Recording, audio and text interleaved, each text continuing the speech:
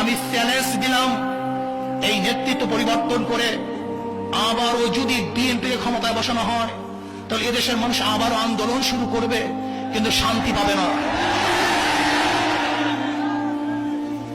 ইসলামী আন্দোলন বাংলাদেশ মনে করে ব্যাপারটি এরকম হলো, যেরকম কোন এক ব্যক্তি হোটেলে গেছে খাওয়ার জন্য, ডাইলের মধ্যে দেখে এক আমের বাড়া চুষতেছে, কিন্তু চুকা নাই, মিষ্টিও নাই, কষও নাই। কিরে ভাই, আমের বাড়ার মধ্যে চুকা মিষ্টি কিছুই নাই যে?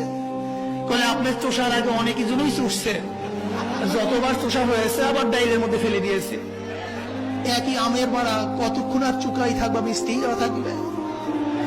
যেমন একই আমের বাড়ার মধ্যে বারবার চুষলেন, মিষ্টিও থাকে না, কষও থাকে না, রসও থাকে না।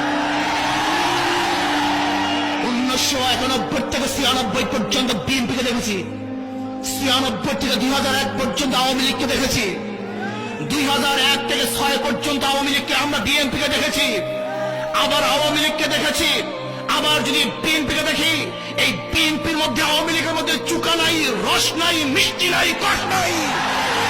এদেরকে ক্ষমতায় বসানো মানুষ শান্তি পাবে না, বরং এদেরকে পরিবর্তন করে ইসলামকে ক্ষমতায় বসাতে হবে। কত সত্য না মিথ্যা?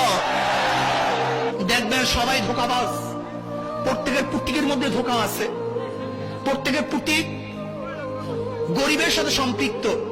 নাঙ্গল কাদের সাথে সম্পৃক্ত? গরিবের সাথে সম্পৃক্ত। কিন্তু যারা নাঙ্গল মাক্কা নিয়ে নির্বাচন করে, হয়তো কোনোদিন একদিনও সে নাঙ্গল ধরেও নাই। ধানের শীষ গরিবের সাথে সম্পৃক্ত। যারা ধানের শীষ নিয়ে নির্বাচন করে, হয়তো জিন্দিগিতে একদিনও ধান কাটে নাই। নৌকা গরিবের সাথে সম্পৃক্ত। যারা মার্কা নৌকা নিয়ে নির্বাচন করে, হয়তো কোনোদিনই নৌকায় চড়েও নাই, বায়ও নাই।